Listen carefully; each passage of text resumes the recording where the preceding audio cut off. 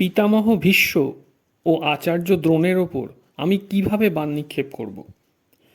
Cosmic connection চ্যানেলের এই পর্বে আমরা স্বামী রামসুখ দাস রচিত ভগবদ্গীতার 2য় অধ্যায়ের 4 নম্বর শ্লোকটির ব্যাখ্যা বাংলা ভাষায় শুনব এবং প্রশ্নটির উত্তর খোঁজার চেষ্টা করব।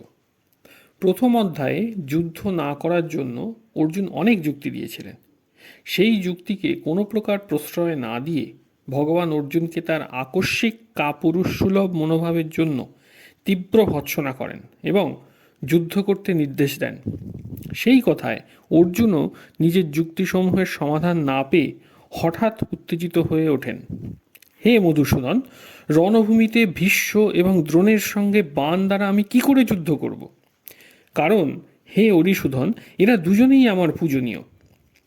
মধুসূদন এবং অরিসূদন এই দুটি সম্বোধন দেওয়ার অর্থ হচ্ছে যে আপনি দৈত্য ও শত্রু বিনাশকারী অর্থাৎ দুষ্ট স্বভাব সম্পন্ন, অধর্ম আচরণকারী এবং মানুষের ক্লেশ প্রদানকারী মধু, কৈটভ ইত্যাদি দৈত্যদের আপনিই বধ করেছেন এবং যারা অকারণে হিংসা করে, অপরের অনিষ্ট করে, এইরূপ শত্রুদেরকেও আপনি বধ করেছেন।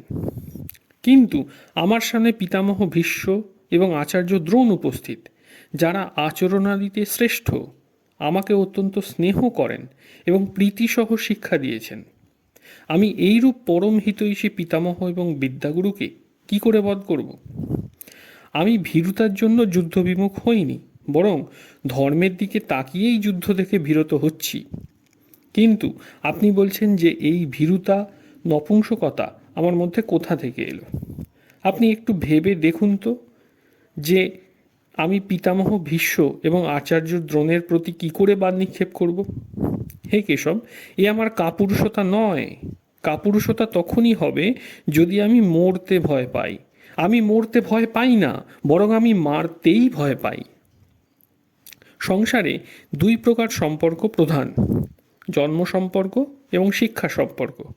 জন্ম সম্পর্কে পিতামহ ভীষ্ম আমাদের পূজনীয়।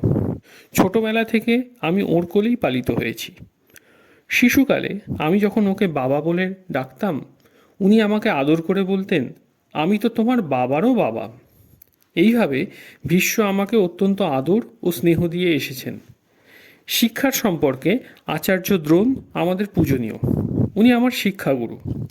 আমার ওপর তার এত স্নেহ যে তিনি তার নিজ পুত্র অশ্বত্থামাকেও আমার সমান শিক্ষা দান করেননি।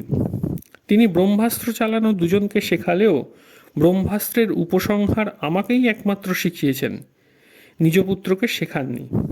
তিনি আমাকে আশীর্বাদ করে বলেছিলেন যে আমার শিষ্যদের মধ্যে অস্ত্রশস্ত্র বিদ্যায় তোমার থেকে পারদর্শী কেউ হবে না।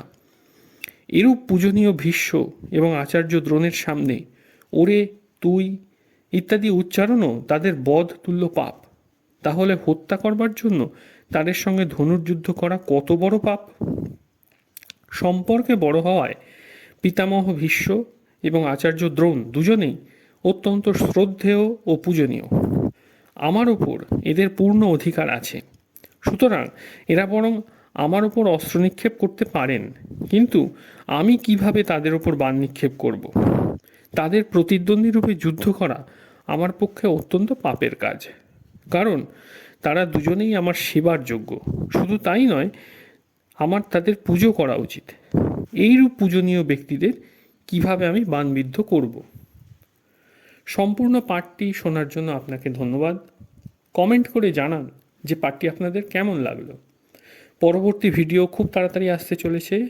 আপনি যদি এই চ্যানেলে প্রথমবার আসেন তাহলে লাইক, শেয়ার এবং সাবস্ক্রাইব করতে ভুলবেন না। ধন্যবাদ।